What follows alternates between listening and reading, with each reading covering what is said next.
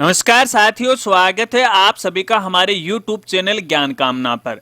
तो दोस्तों, राजस्थान सफाई कर्मचारी भर्ती 2024 के लिए ऑनलाइन फॉर्म कैसे भरा जाता है, इसके बारे में इस वीडियो में आपको स्टेप बाय स्टेप जानकारी देने वाला हूं, यानी फॉर्म भरकर आपको दिखाने वाला हूं।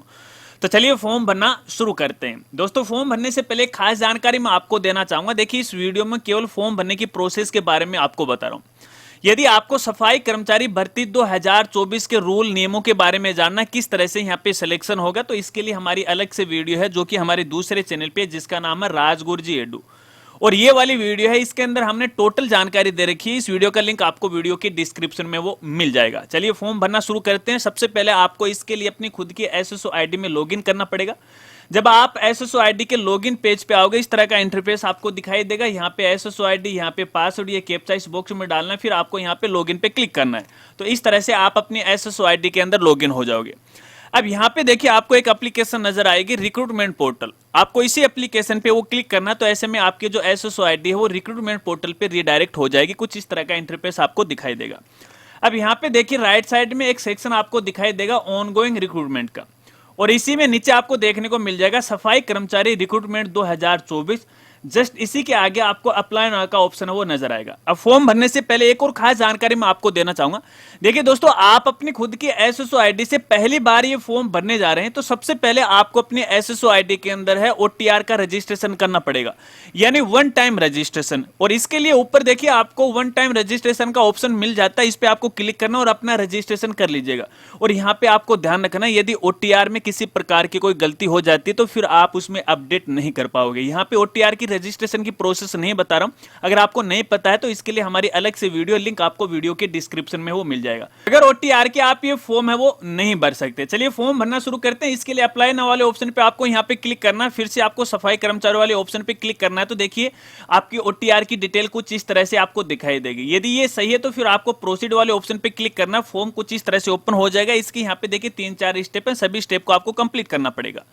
अब यहाँ पे देखिए, सबसे पहले जो स्टेप है बेसिक डिटेल। बेसिक डिटेल के अंदर यहाँ पे देखिए कैंडिडेट का नाम, उसके पिता का नाम, उसकी डीओबी है ऑटोमेटिक आ जाएगी, जो कि आपके ओटीआर से आई है। यहाँ पे कैंडिडेट का नाम आपको हिंदी में लिखना है, पिता का नाम है वो भी आपको हिंदी में लिखना है। अब यहाँ पे देखिए, हिंदी में लिखने के लिए जब आप यहाँ पे क्लिक करोगे तो देखिए कीबोर्ड आपको नजर आएगा। आप अपनी आवश्यकता के अनुसार अपना नाम यहाँ पे टाइप है वो कर लीजिएगा। इसी तरह से पिता का नाम आपको लिखना है, इसी तरह से माता का नाम आपको यहाँ पे लिखना है, हिंदी और इंग्लिश के अंदर। इसके बाद जो भी आपकी यहाँ पे कैटेगरी है आवश्यकता के अनुसार वो सिलेक्ट कर लीजिएगा। इसके अलावा यदि आप कोई डिसेबिलिटी ग्रुप से हैं तो आप यहाँ पे आवश्यकता के अनुसार सिलेक्ट कर लीजिएगा, अन्यथा नॉट एप्लीकेबल पे आपको यहाँ पे क्लिक है वो करना है। इसके बाद जो भी आपका यहाँ पे धर्म है वो सिलेक्ट है वो कर लीजिएगा। यदि आप मैरिड है तो मैरिड कीजिएगा, अन्यथा आप अनमैरिड जो भी आप पे लागू होता है वो कर लीजिएगा। यदि आप मैरिड है तो यहाँ पे आपके जीवन साथी का नाम आपको यहाँ पे लिखना पड़ेगा। इसके बाद यहाँ पे देखिए, आपके जीवित बालक बालिकाओं की संख्या आपको डालनी पड़ेगी यहाँ पे 1 जून 2002 से पहले, और इसके बाद कितने थे। अगर 0-0 है तो यहाँ पे आपको दोनों ही कॉलम में 0 यहाँ पे लिखना है, तो टोटल संख्या आपको यहाँ पे देखने को मिल जाएगी। इसके बाद आपका मोबाइल नंबर वैसे तो ऑटोमेटिक आ जाएगा, नहीं आता है तो यहाँ पे आपको अपना मोबाइल नंबर डालना, यहाँ पे व्हाट्सअप नंबर है वो डाल देना। यहाँ पे आपकी ईमेल आईडी दिखाई देगी, यहाँ पे आपका जो आधार आईडी और जन आधार आईडी आपको यहाँ पे वो दिखाई देगी। इसके बाद यहाँ पे देखिए, जन आधार की मेंबर आईडी आपको कुछ इस तरह से वो दिखाई देगी। इसके बाद यहाँ पे देखिए, अप्लाई फॉर के लिए आपसे पूछा जाता है कि आप राजस्थान के अनुसूचित क्षेत्र के रहने वाले, तो ये सुनो में आपको यहाँ पे जवाब देना है। इसके बाद यहाँ पे देखिए, आप जो भी ये सफाई कर्मचारी का फॉर्म भर रहे हो, कौन से जिले के लिए भर रहे हो वो जिला आपको यहाँ पे वो सिलेक्ट करना है। तो मैं यहाँ पे कोई भी एक जिला है अपनी आवश्यकता के अनुसार सिलेक्ट कर लेता हूँ। उसके बाद जो भी यहाँ पे देखिए नगर निकाय है, आप अपनी आवश्यकता के अनुसार है वो सिलेक्ट कर लीजिएगा। इसके बाद आगे यहाँ पे देखिए, आपके पत्राचार का पूरा पता और आपका जो स्थायी पता है वो पूरा यहाँ पे लिखना है। अगर यहाँ पे देखिएगा ये दोनों सेम है, मान लेते हैं कि पत्राचार का पता और स्थायी पता दोनों सेम है, तो आपको एक ही पता है ऊपर वाला भरना। फिर तो यहाँ पे देखिए, आपको एक कॉलम है वो दिखाई देगा, सेम एज अबव। इस पर आपको यहाँ पे है कुछ इस तरह से वो टिक लगा देना, तो ऊपर वाला एड्रेस है वो नीचे है आ जाएगा। एड्रेस को आपको यहाँ पे सही सही भरना है। इसके बाद आपको नेक्स्ट पे क्लिक करना है, तो आपकी स्टेप है वो कंप्लीट हो जाएगी। और पूछा जा रहा है कि आपने जो मेल आईडी और मोबाइल नंबर डाले क्या वो सही है, तो आपको ये वाले ऑप्शन पे क्लिक करना है, सेकंड स्टेप आ जाएगी। सेकेंड स्टेप में आपकी जो नेशनलिटी है बाय डिफॉल्ट इंडियन है, इसको सिलेक्ट करना। यहाँ पे आपका जो गृह जिला है यानी होम स्टेट है जो कि बाय डिफॉल्ट राजस्थान आपको देखने को मिलेगा, सिलेक्ट कर लीजिएगा। आपका डिस्ट्रिक्ट है वो यहाँ से सिलेक्ट है वो कर लीजिएगा। इसके बाद यदि आपके पास कोई स्पेशल कैटेगरी है यानी यदि आप कोई भूतपूर्व सैनिक हो तो आपको येस करना, अन्यथा आपको यहाँ पे नो करना। यदि आप येस करोगे तो यहाँ पे देखिए सर्विस का स्टेटस आपको बताना पड़ेगा। अगर आपने एनओसी ली है या फिर रिटायर्ड कर्मचारी, उसी के अनुसार डिटेल आपको यहाँ पे भरनी है। मेरे केस में मैं इसको नो कर रहा हूँ।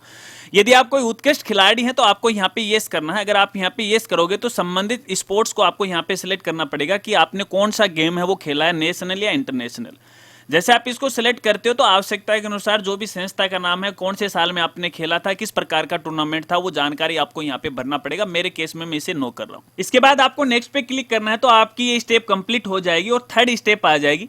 और इस स्टेप के अंदर आपका जो भी एक्सपीरियंस है या फिर जो भी आपका अनुभव हो इसके बारे में जानकारी देना पड़ेगा। यहाँ पे आपको जो एक्सपीरियंस है ये सब वो करना पड़ेगा जो कि बाय डिफॉल्ट है। और यहाँ पे देखिए अनुभव के अंदर आपको कोई 420 नहीं करना है। संबंधित विभाग के द्वारा जो भी अनुभव सर्टिफिकेट आपके लिए जारी किया गया है जो कि एक निर्धारित फॉर्मेट में, जैसा कि आप यहाँ स्क्रीन पे देख रहे हो, इस प्रकार का जो फॉर्मेट है संबंधित जो नगर निकाय है, नगर पालिका, नगर परिषद का जो भी अधिकारी, उससे ये प्रमाणित होना चाहिए।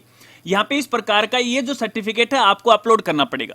सबसे पहले यहाँ पे नियोक्ता का क्या नाम था यानी कौन सा डिपार्टमेंट था, तो आप अपने आवश्यकता के अनुसार यहाँ पे जो भी है नगर में लिख रहा हूँ, यहाँ पे पालिका, इस तरह से आपको यहाँ पे लिखना। कार्य की प्रकृति कैसी थी यानी आप किस प्रकार का कार्य यहाँ पे है वो कर रहे थे, तो मैं यहाँ पे सफाई वर्कर है कुछ इस तरह से लिख रहा हूँ। अब यहाँ पे कार्य स्तर कौन सा था, आप अपनी आवश्यकता के अनुसार जो भी आपका कार्य स्थल था यहाँ से सिलेक्ट है वो कर लीजिएगा।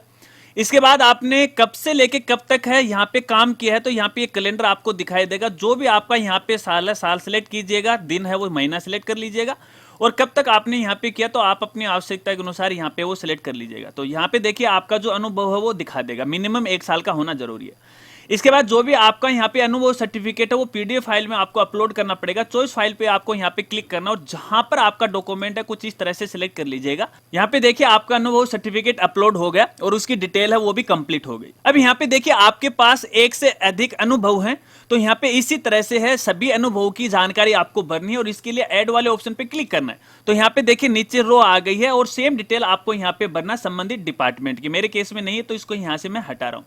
इसके बाद आपको यहाँ पे नेक्स्ट पे क्लिक करना, तो आपकी स्टेप कंप्लीट हो जाएगी। यहाँ पर देखिए आपको अपनी फोटो और सिग्नेचर अपलोड करना है, जो कि मेरे केस में बाय डिफॉल्ट पहले से ही आ गए। यदि आपके केस में यहाँ पे खाली नजर आ रखा है तो यहाँ पे देखिए आपको ब्राउज का ऑप्शन है वो देखने को मिलेगा, क्लिक कीजिएगा, जहां पर आपकी फोटो और सिग्नेचर अपलोड कर लीजिएगा।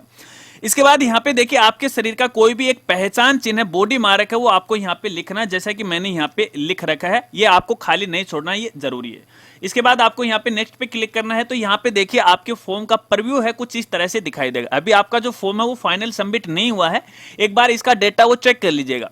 अगर आपको यहाँ पे लगता है कि यहाँ पे भरी गई जानकारी गलत है तो लास्ट में देखिए आपको अपडेट का ऑप्शन आएगा और वापस पहली स्टेप ओपन हो जाएगी, और जिस भी स्टेप के अंदर आपकी गलती रही है उस स्टेप में एडिट कीजिएगा और वापस यही आ जाएगा। इसके बाद लास्ट में आपको देखिए इनकी घोषणा मिलेगी और यहाँ पे देखिए एक चेक बॉक्स मिलेगा, इस पर आपको यहाँ पे टिक लगाना है और टिक लगाने के बाद आपको फाइनल सबमिट पे क्लिक करना है। फिलहाल मैं यहाँ पे फाइनल सबमिट है वो नहीं कर रहा हूँ क्योंकि मुझे और भी वीडियो बनाने हैं। तो ऐसे में जब आप एक बार फाइनल सबमिट कर दोगे तो आपका फॉर्म फाइनल लॉक हो जाएगा। अब यहाँ पे आगे आपसे दोबारा पेमेंट नहीं मांगा जाएगा क्योंकि यहाँ पे देखिए आपने ओटीआर के समय अपना पेमेंट है वो कर दिया, तो बार बार आपको यहाँ पे भुगतान करने की आवश्यकता नहीं है। दोस्तों अपने यहाँ पे मान लेते हैं कि जब आप फॉर्म भर रहे थे और बीच फॉर्म के अंदर है किसी प्रकार की कोई गलती होगी, आपका फॉर्म फाइनल सबमिट नहीं हुआ, तो फिर आप दोबारा फॉर्म कैसे भरोगे। तो यहाँ पे देखिए अगर इसी सेक्शन में देखें तो सफाई कर्मचारी का लिंक यहाँ से गायब हो गया, क्योंकि एक कैंडिडेट है, केवल एक बार ही है इस भर्ती के लिए फॉर्म भर सकता है ऑल ओवर राजस्थान में किसी भी डिस्ट्रिक्ट में। अगर आपके साथ भी ऐसा हुआ कोई टेक्निकल समस्या आ गई है तो यहाँ पे देखिए माय रिक्रूटमेंट का ऑप्शन दिखाई देगा, इस पर आपको यहाँ पे क्लिक करना है। क्लिक करने के बाद जो भी आपके द्वारा फॉर्म भरे गए हैं या फिलहाल जिसकी प्रोसेसिंग चल रही है, तो हमारा तो देखिए फिलहाल ये सफाई कर्मचारी वाले था, अभी हमारा फॉर्म कंप्लीट नहीं हुआ। तो यहाँ पे देखिए जस्ट इसी के आगे अप्लाई नाउ का ऑप्शन आपको नजर आएगा, क्लिक कीजिएगा, आपका फॉर्म है फिर से ओपन हो जाएगा और फिर से फाइनल सबमिट कर दीजिएगा। जब आपका फॉर्म फाइनल लॉक हो जाता है, फाइनल सबमिट हो जाता है, तो उसके बाद उस फॉर्म के आगे यहाँ पे देखिए इस तरह से व्यू एप्लीकेशन का ऑप्शन नजर आएगा। जब आप इस पे क्लिक करोगे तो आप यहां से अपना भरा हुआ आवेदन फॉर्म है वो डाउनलोड कर सकते हो, और जब आपकी फोटो के ऊपर इस तरह का बार कोड आएगा और यहाँ पे डिपार्टमेंट का लोगो आएगा, तो इसका मतलब है कि आपका फॉर्म है वो फाइनल सबमिट होगा। एक एप्लीकेशन नंबर भी है यहाँ पे वो जारी हो जाएगा, जैसा कि मेरे केस में हो रखा है। हालांकि ये जो फॉर्म है वो तो किसी दूसरी भर्ती का, ये केवल आपको यहाँ पे समझाने के लिए था। तो आप इसी तरह से है सफाई कर्मचारी का फॉर्म भर सकते हैं। आशा रखता हूं अब आप अच्छी तरह से समझ गए। यदि फॉर्म भरते समय आपके सामने किसी प्रकार की कोई समस्या आ रही है, फिर कोई दिक्कत आ रही है, तो आप वीडियो के नीचे कमेंट कर सकते हैं। आपकी मदद करने में मुझे खुशी होगी। मिलते हैं फ्रेंड्स अगली एक नई वीडियो के साथ, तब तक के लिए जय हिंद, जय भारत।